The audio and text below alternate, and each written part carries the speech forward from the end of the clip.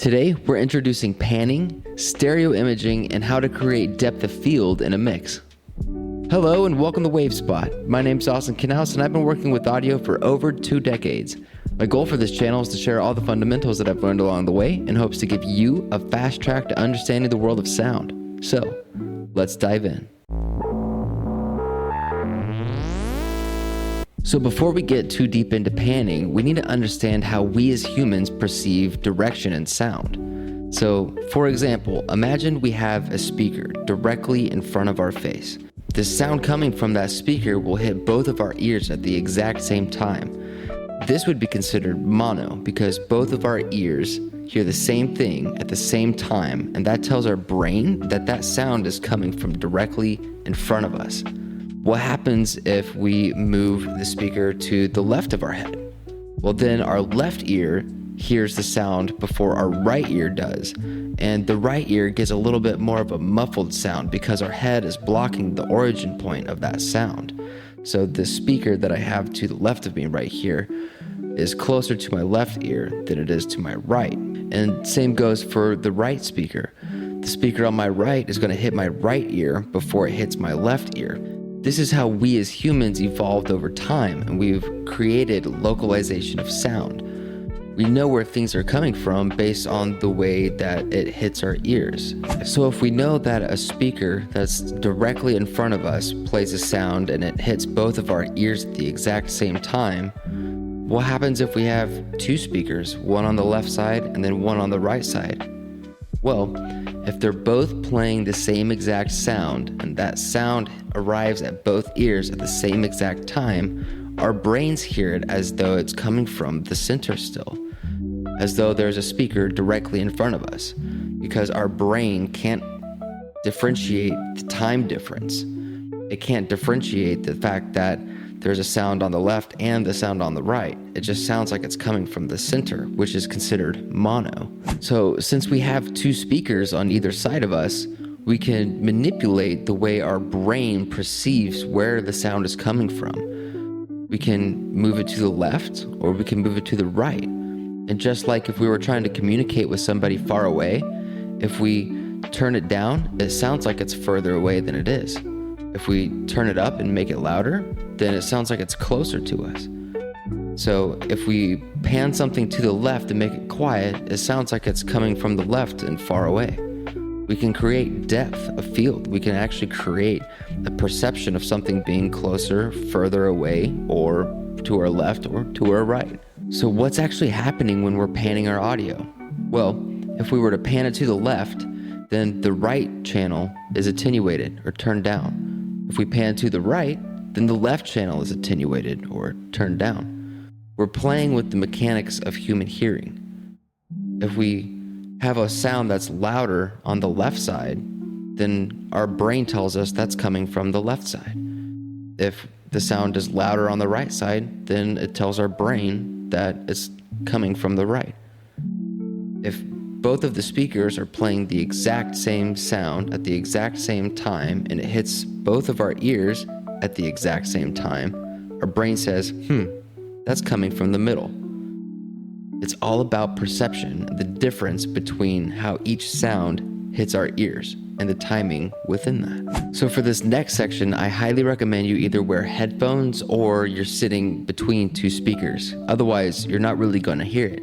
The whole point of stereo imaging is to be able to manipulate the left speaker and the right speaker and have our brains interpret the differences. So here inside Ableton, I have simple sine waves set up. This first channel is directly in the center. It's in mono. Let's take a listen. If I pan it to the left, we can see that the right channel gets attenuated.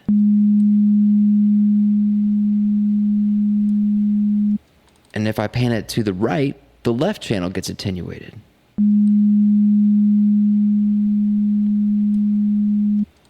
Back to the center. So what happens if we duplicate that sound and then we pan one to the left and then one to the right? What does that sound like? It's the exact same thing. our brain doesn't perceive a difference at all. So it tells us it's mono, it's in the center. Now, what happens if I take those same two channels, but I detune the one on the left and I uptune the one on the right, making them slightly different? Check this out. It sounds a lot wider. This is because the different frequencies are hitting our ears at slightly different times. Even though it's the same sound, one's slightly detuned and one's slightly uptuned. This gives us the perception of two very different sounds, one on either side of our head.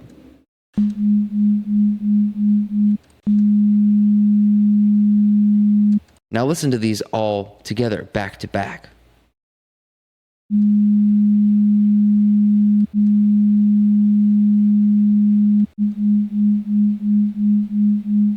It's all about perception.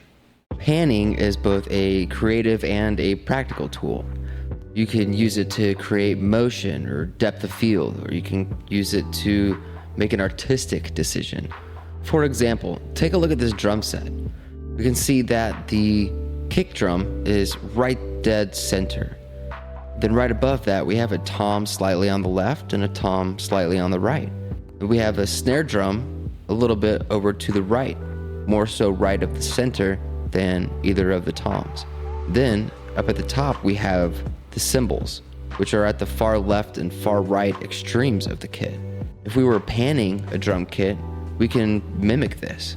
Now, don't take it as gospel because it's always a creative decision and each placement can be unique. Take a look at this orchestra.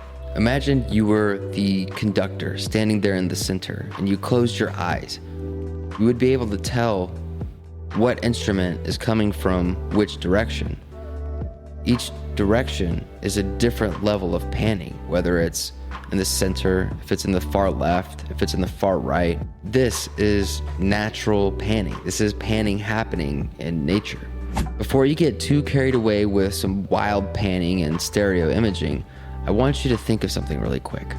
The Bluetooth speaker off in the corner, or a home stereo sitting on the shelf, TV speakers or laptop speakers. Outside of headphones, the average listener doesn't ever really sit between two speakers. They don't ever actually hear the stereo image that you built. As unfortunate as this is, 99% of the average listeners don't ever really hear the music the way the producer or the musician intended them to hear it. A lot of the times the listener is listening to music like this. They're not sitting in between two speakers. They're on the outside of the stereo field. And since stereo imaging and panning is all about the human perception and being able to hear different things at different times in each one of our ears, being on the outside of a stereo field is pretty much equivalent to listening to a mix in mono. When you go to a concert, you're actually listening to everything in mono. Because if you were in stereo, the left side of the stage would hear one thing, and the right side of the stage would hear a completely different thing, having two totally different experiences at the same concert. If you boil it down into mono, then everybody hears the same thing altogether at the same time, sharing the experience. So, with those two facts in mind, creating a stereo image is like the magic on top of your mix. The mono channel is actually the foundation of your mix. So knowing that 9 out of 10 people aren't actually listening to your music between two speakers, and every time you go to a concert, everything's mixed down in mono anyways, it's important to make a lot of your mixing decisions in mono. Mono is your foundation. Having a good mono mix will make your mix sound good no matter where it's at. If you make all of your decisions in mono and then the last 10% worry about your stereo imaging, you'll be a lot better off than if you were to make all of your decisions in stereo and then find out your mix actually sounds really bad in mono. Mono is the foundation of your mix. Stereo is the magic of your mix. Panning can create motion, creative perspective, and depth to a mix. While separating your left guitar and your right guitar can help your brain differentiate the fact that there's two guitars playing at the same time, put that in a mono situation and all of a sudden you lose the spatial awareness that you once had with your panning. Now you have to rely on tonal separation, which is getting into equalizers, which is our next episode. If you found any of today's information valuable, make sure to hit that subscribe button and leave a like. It really helps out the channel. If you learned something new, or if you still have questions, leave a comment below and I'll be sure to get back to you. If you want to read more on the topic, head over to wavespot.com. I have much more detailed information along with all of the illustrations from today's episode written in a blog post. And until next time, thanks for watching.